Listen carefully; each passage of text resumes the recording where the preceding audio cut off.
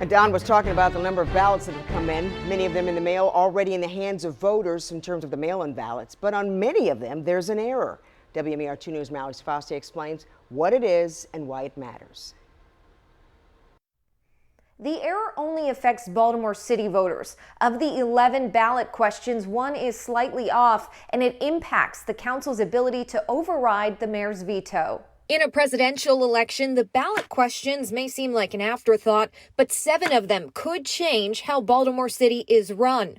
Like question G, which would reduce the number of council member votes needed to override a mayoral veto. We have the strongest mayor of any city in the United States of America. Councilman Bill Henry sponsored the legislation. Right now, 3/4 or 12 council members are needed to override a mayor's veto. He wants that reduced to 2/3 or 10 votes. Any real city, we could not find one that required as high of a threshold as 3/4. The Maryland General Assembly requires 3/5. In Boston, Detroit, Philadelphia, and D.C., it takes 2/3 majority vote.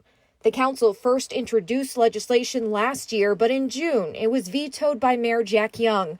The council then overrode his veto. I know, it's ironic, right? You know, if you had to override the veto to get this on the ballot, why do you need it?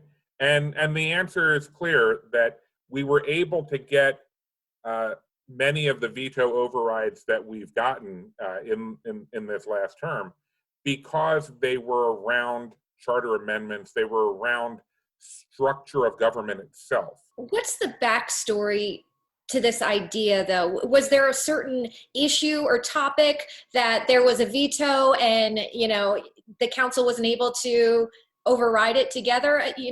How did this come to your attention?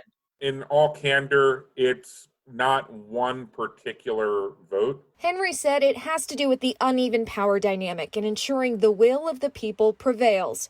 However, when reading this question, voters may notice there's other language eliminating the mayor's line item veto power on items of appropriation.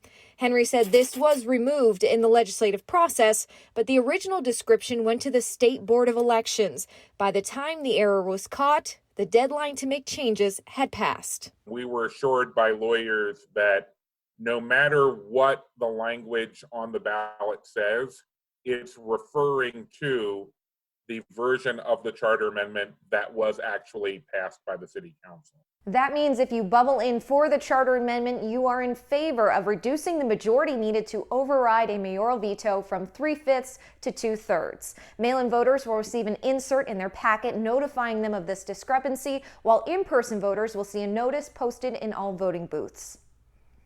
Thanks, Mallory. Also on the ballot, voters will have the option to expand the powers of the council when it comes to the budget, allow members to remove elected officials, change veto timing, and create a city administrator position.